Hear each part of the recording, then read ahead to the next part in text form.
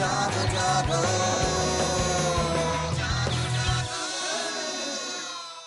Welcome back to जागो दुनिया। मैं हूं फारूक हसन, मेरे साथ मौजूद हैं सुंदर जमील और हमारे साथ मौजूद हैं अदील हाशमी। किसी तारुफ के मोहताज नहीं है, बड़े मजे मजे की बातें कर रहे हैं। बिल्कुल जी हाँ, और मजे मजे की बातों में खाने की भी बात आएगी सबसे पहले। लेकिन उससे पहले अदील, एक सवाल जो सारे पूछना चाहेंगे, हाउ डिड लूसी हैपन? 3/3 के अंदर तोतला में बोलना शुरू हो गई हूँ। लूसी जो है वो सच एन अमेजिंग कैरेक्टर। उसने ज्यादा कुछ मेहनत भी नहीं उसमें करनी पड़ती थी, एक्सप्रेशंस बिल्कुल ब्लैंक थे। वो कैसे कॉन्सेप्ट आया? आप कह रही है कि मेरे अंदर एक लूसी है, मतलब मुझे मतलब ये कहना चाह रही है कि आप लूसी हैं। आप लूसी हैं, आपके अंदर नहीं, आप लूसी हैं। कैसे हुआ ये? यार वो उसमें 2 हादसे थे। हाँ। उसमें पहला हादसा ये था कि हमारे मोहल्ले में एक एक्चुअल लूसी रहता है। अच्छा। अभी भी रहता है, अब तो खैर बूढ़ा हो गया वो। उसे पता है कि आपने उसको लूसी को शायद ना पता हो कि उसका मजाक उड़ रहा है। लूसी एक ऐसा किरदार है कि उसके सामने आप उसका मजाक उड़ाए तो वो बड़ा सीरियस होकर आपको देखता रहेगा कि क्या कर रहा है आदमी। तो पहला हादसा ये था।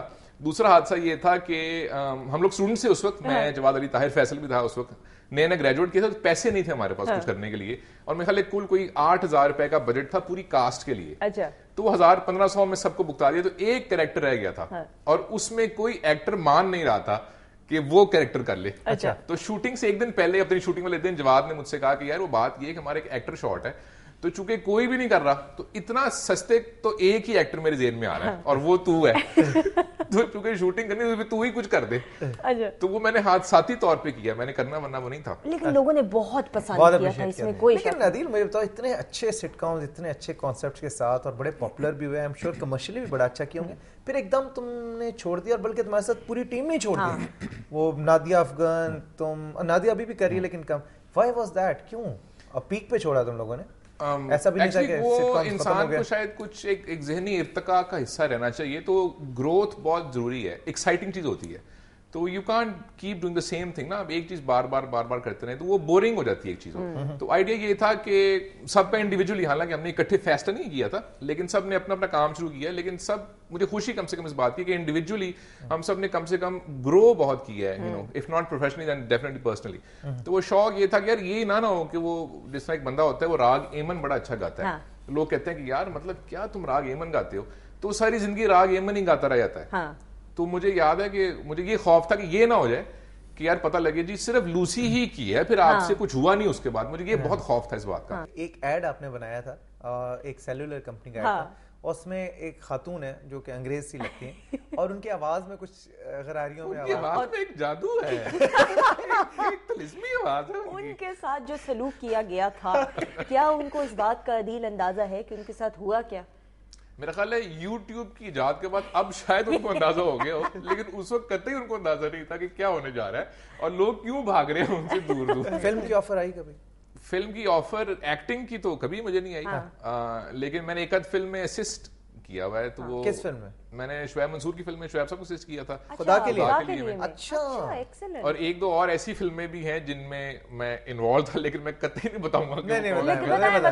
मैं बिल्कुल नहीं बताऊंगा कि वो नो पैसा नो प्रॉब्लम थी, और बिल्कुल ऐसी फिल्मों का मैं नाम नहीं लूंगा। साहब की फिल्म में भी असिस्ट किया हुआ? नहीं, मैं तो सजाद गुल के साथ में था, तो उसमें एक फिल्म, जिसके बाद मैंने फैसला किया कि फिल्मों से तो जितना दूर रहा जाए। अच्छा, लेकिन अगर आपको बहुत अच्छी बजट की मूवी ऑफर हो जिसमें मेन लीड हो और हीरोइन भी आपकी मर्जी की हो, कैरेक्टर भी हो, मतलब इससे ज्यादा और आसानियां, क्या would you prefer doing it और नॉट? अगर मेरे पास चॉइस हो कि मैं बिहाइंड द कैमरा काम करूं फिल्म पे इन्वॉल्व होके या in front of the camera, अगर चॉइस हो तो मैं बिहाइंड द कैमरा काम करूं। Behind the camera you think it's more convenient and easy? Convenient नहीं, आई लव डूइंग इट। मतलब लेकिन कहते हैं अदील के एक्टिंग के अंदर तो चलो एक्टर को होता है ना, एक्टिंग सिर्फ करनी होती है, ज्यादा इतनी प्रॉब्लम नहीं होती कि लाइट वाला क्या करे। बीइंग अ डायरेक्टर तो आपको तो बहुत सारे टेंट्रम्स जो एक्टर्स के होते हैं, एक्टर इतना कुछ करना पड़ता है, तो इजंट इट डिफिकल्ट? डिफिकल्ट तो होता है, लेकिन मुझे वो काम ग्रेटिफाइंग बहुत लगता है।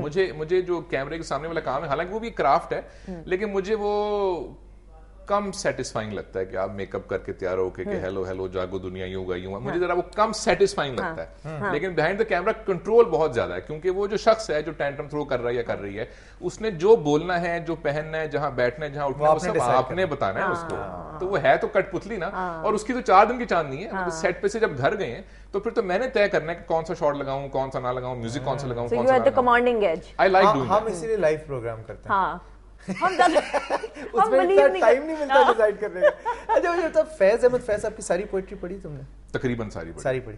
तो जो उनका लिखने का स्टाइल था उस जमाने में, कलम से इनकलाबाज आ जाते थे और बड़ा वैल्यू होती थी राइटर की, अदीब की, शायर की, एसोसिएशंस होती थी, सिटिंग्स हुआ करती थी। मुझे याद है कैफेटेरियाज में अक्सर बात करो ना कि शाम को कॉफ़ी पे टी हाउस में जनाब मीटिंग हो रही है और उसमें बड़ा, इवन फराज साहब से मेरी बड़ी थी तो वो बड़ा बताया करते थे किससे।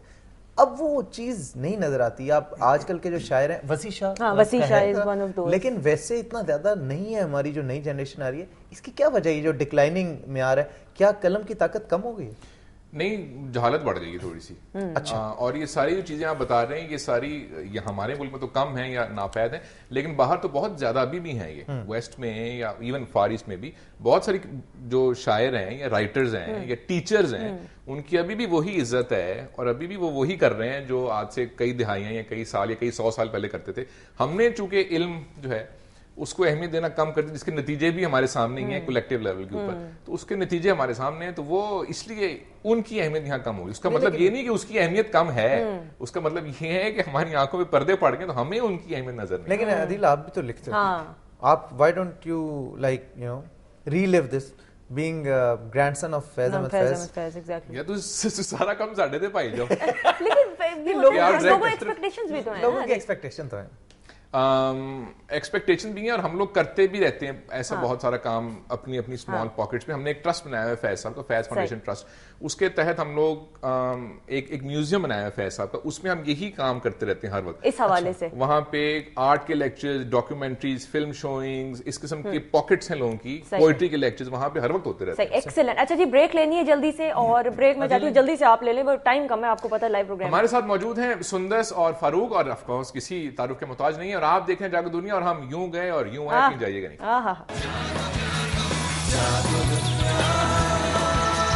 जागो